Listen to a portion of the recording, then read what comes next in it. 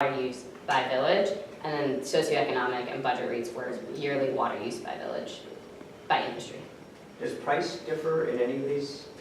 Price is as in like price of like how Price much they of have to pay for water. So technically like no. So they were on this like set where you have a allocated water use, and then if you go over, then you also get like a higher rate, but those rates are the same. Same for everybody. Same for everyone.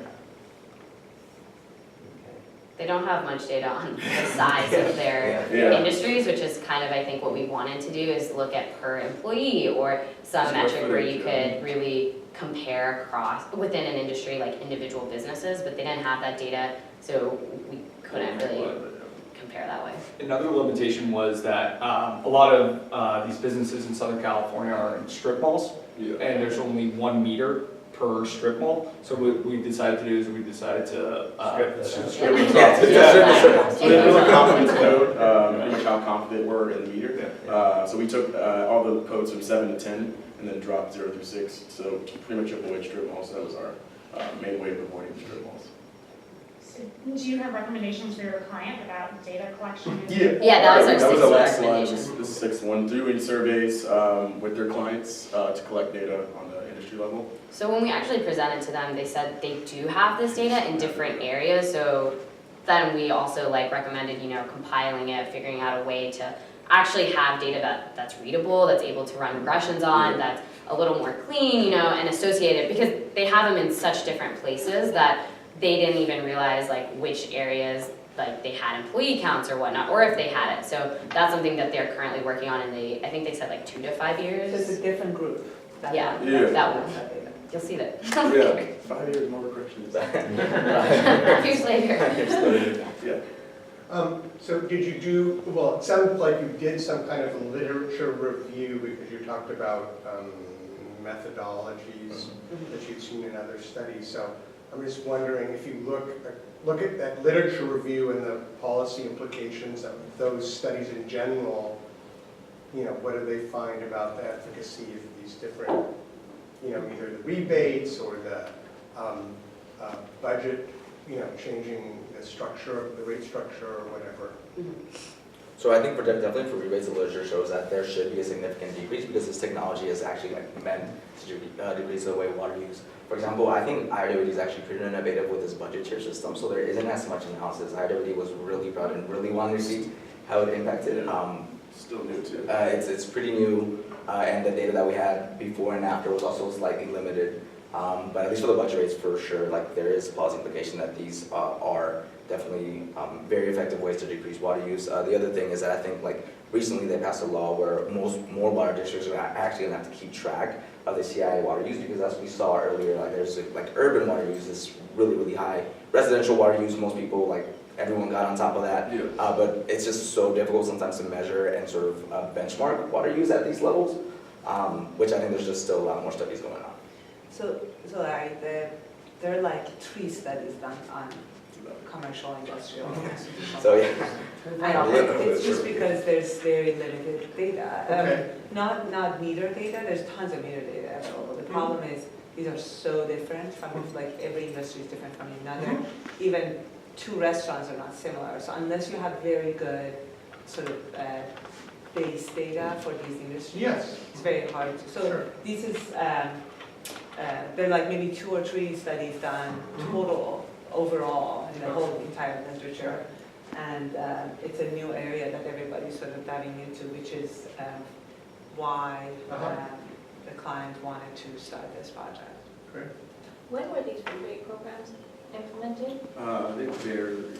Oh, like initially implemented? I think so. It varies for each like customer, but I think what we saw is everything was above 2014 or 2013, roughly, like when customers started implementing them. But they don't have a real timeline of when they like released the rebate program, and we only have when customers took them up. And we had to omit a lot of a significant part of the rebate program because one of the customers started in April of this year. We went from 2010 to 2017, so it was omitted from our actual data set. It was like 55. It was only one customer. One customer, They did a lot with rotating nozzles, which was just one we didn't. What is a customer? It's just the client, so their client, their individual client. So it's almost like a building, right? So for example, like if Seeper had a water meter associated, that was a customer. So we looked at a building. So when that customer kind of signed up. Yeah. Correct, Yeah. yes. And But then- Irvine made the program available at some point in time. Yeah, we asked for that data, we didn't really receive any information on that data, they just said this is what we have in terms of when they took up the program. So yes, yeah, so CII, so there have been a lot of rebates, and going back to the whole conversation about rebates, there have been a lot of work done on providing rebates for residential water users. The industry water users are slightly different, there haven't been as much focus on them.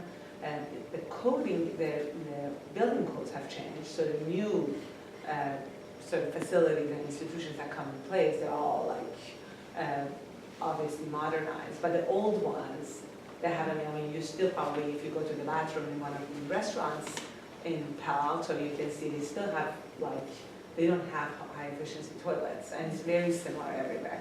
So these rebates are, CII has definitely been the sector that have not gotten enough attention from the, from the utilities and the government in general, just because it's very hard to kind of see where they're going to go with it. And did you look only at the CII rebates or also residential? Just the. Only CII, yeah, we didn't. The whole thing is CII. Yeah, We are everything's not looking at residential at all. So if you had your ideal data set, what analysis would you do, what regression might you run if you had your ideal, they actually had everything you asked for? What kind of thing would you want to model? So I think like the biggest difference would be we do it by employee, we do it by parcel size, like the building size. We definitely differentiate between like a 5-star hotel to like a 6, like a Motel 6. The difference between a Taco Bell and like a really fancy restaurant and cleaning. Or like employee count, so like number of employees gives you so much insight on how much water usage per industry, and associated with acreage, you could look at how physically large versus employee large, and how water use varies by that, which is actually a lot more specific in terms of targeting any policy. Another interesting that we could definitely see was if we somehow were able to look at the actual revenue for each business, we'd also be able to see how sort of like water as sort of an input for revenue. So for example, if two businesses with similar revenue use like different variables of water, we'd be able to say like, hey, maybe if you guys are like very similar, one is definitely being more efficient about their water use than somebody else. So that would be sort of like an interesting way to look at it, other than employee size and parcel size. How much you did with the schools? Yeah. It's similar to what we did with schools. So with schools, we definitely had a slightly much, well, not slightly, we went mining for information, and that was something that we could do for like 49 buildings, but if we did that for around 6,000, it would have ended a lot later. So it sounds like you already presented to your client. Yeah. Is there a reaction? How are they going to use this information? So the recommendation that they really liked the most, and our highlight recommendation is the Yelp one. Recommendation number 4. So what they wanted to do is they really want people to join for the to this Water Star program, but they don't have an incentive yet. So our recommendation is for them to work with Yelp to have a Water Star badge on these individual clients' Yelp page. So if we go back to the Yelp page.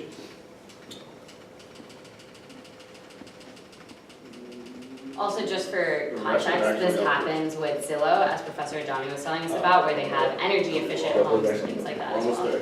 And can you talk a little bit about why you picked Yelp data? Was that something the client asked for, or that you guys were interested in? I'd like to know. Yeah, so definitely It was a That was my recommendation to the client. Yeah. So it was both, I guess. Yeah. So what we want here is we want a badge like somewhere on this top page for it to say that it's Water Star efficient. Yeah, like Right. IRWD. And they thought about that, but they didn't have the data to realize that. So once we show them that Yelp ratings are correlated with water usage, right? They took this recommendation and they said that they're going to talk to management and try to implement this to try to get people to sign up for the Water Star and to become more water efficient. Is Yelp data open source? Yes, Or yeah, is it yeah, anyone- yeah. Anybody. So I'm a little confused about the Yelp data piece of it. First of all, because we've focused in, obviously, you guys have a picture of a restaurant. Yeah. But most of the CII stuff probably isn't in Yelp, or is it all, did you find? No, well, that's why our regressions are only ran for like customers that have Yelp data. Yeah. Okay. So we didn't do anything that was like. So, the Yelp thing, I assume, is a correlation, not a causation. Yeah, Yes. that's a correlation. Right, so it's, I mean, I think in some sense, is it the fact that it's significant or not significant in the regression, does that have anything to say about whether there should be a WaterStar certified badge on Yelp? I mean, like, so what you could do with advertising is say that it is I understand that, that sounds good, significant, but does that matter whether it's significant? You could do that whether it's significant or Yes. insignificant in your regressions, right? So I think you need to talk a little bit about your Yelp data. A couple things. One is they already know who the water stars are. So the idea is not for us to tell them who is the water star. It's for them to go work with Yelp. Right, I understand that. So it's basically creating this social environment that people are Wait, interested in. So you also couldn't, right, so like, it is likely that the ones that are deep, like the higher Yelp rating customers are likely in their WaterStar programs, or people who would be good clients for their WaterStar program, right? So we couldn't say like, you could do anyone in the Yelp data and you should give them a WaterStar badge. There's certain requirements that are needed for them to become a WaterStar member. And so the ones with higher Yelp ratings, as we showed, because it is important that it's statistically significant that people with higher Yelp ratings are the clients they should target for their WaterStar programs. Because I thought, Enrique, when you were talking, I thought you were going to say, and we can show that being water efficient doesn't hurt your Yelp ratings.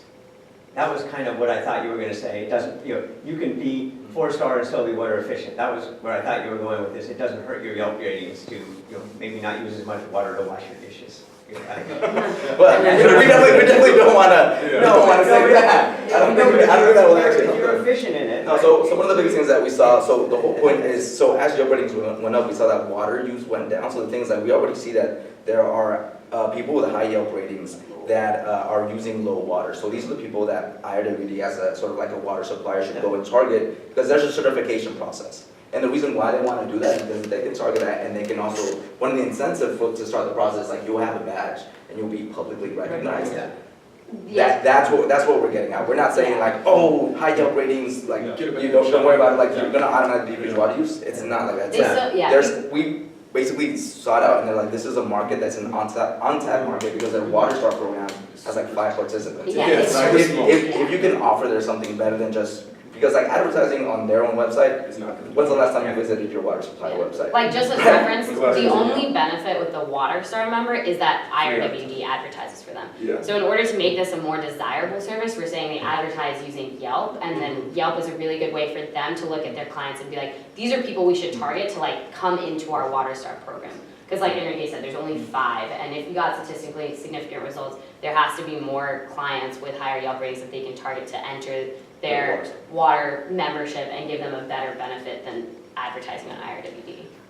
I think you'd want to think about using your regression for their WaterStar program to say, look, you're a restaurant that serves 1,000 people, and you use X water, as opposed to you're a restaurant that serves 100 people, but you don't use a fifth as much water as the restaurant that's 10 times as much. You don't use very much water, but you shouldn't be WaterStar certified. Somehow using your regression to figure out all these other characteristics and then Right. help them come up with. You don't have just That's the characteristics. data we wanted. I think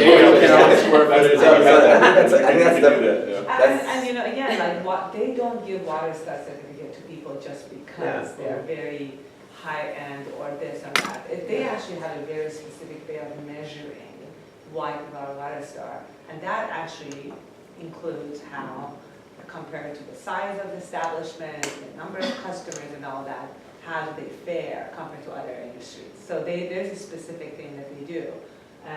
This is just basically trying to connect the two and trying to take advantage of these social media opportunities that people, you go try to find a restaurant on Yelp, if you see it's water smart, it just makes you think, right? It's not necessarily for them to change anything. It's just, if I see a badge, then I'm interested. Right. I think another thing you guys didn't mention, or I think maybe you mentioned quickly then through it, is this came afterwards. We used the Yelp data for a different purpose at the beginning. Yeah, Um, so We just as, matched it, yeah, so as Kyle was talking about, they have their own confidence levels of 1 through 10 for how confident they are that the NICS code, so the industry category they have, matches. So we kept the 7 through 10, which we also matched with Yelp, but then to supplement that, the 0 through 6 that we dropped, we matched with Yelp to give them a more specific industry characteristic so that they could do more data analysis on the industry level for ones that they were less confident about as well. Like the strip malls we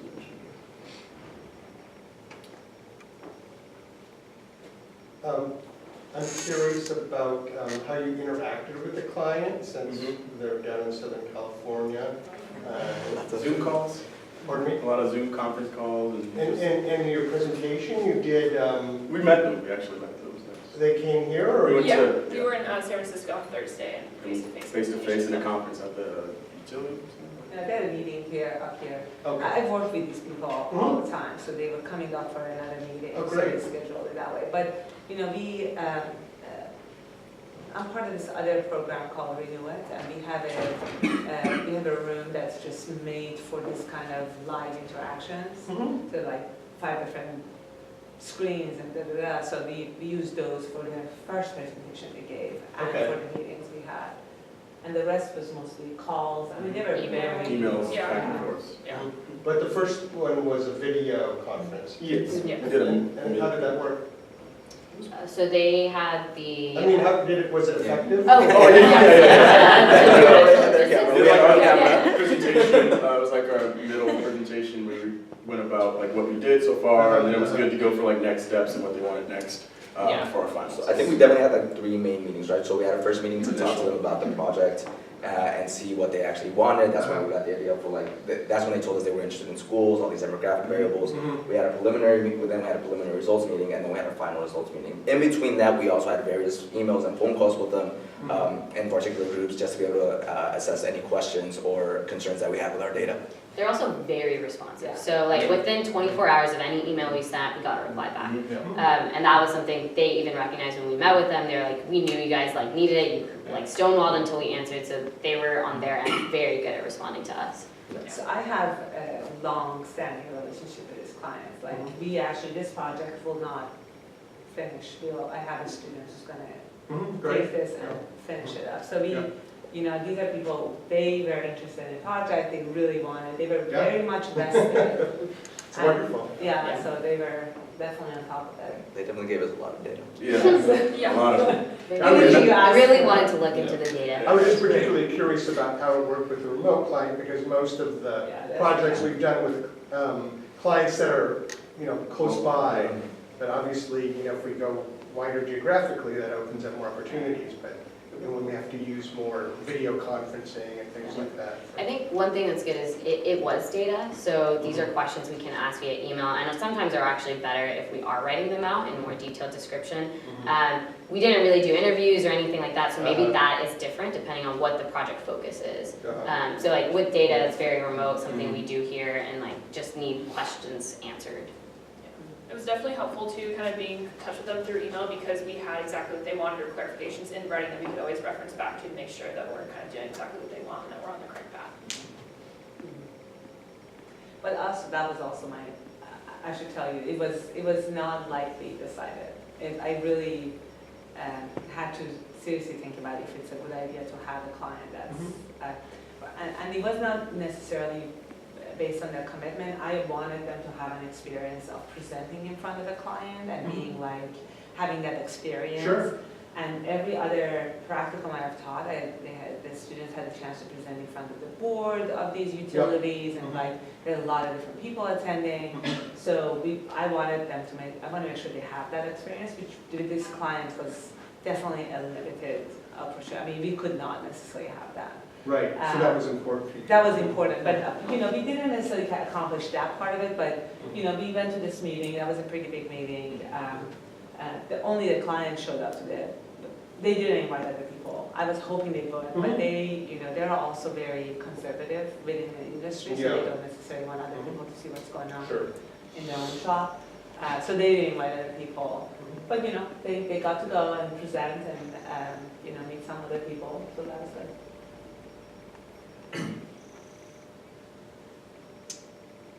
Fantastic job. Thank you. Thank you.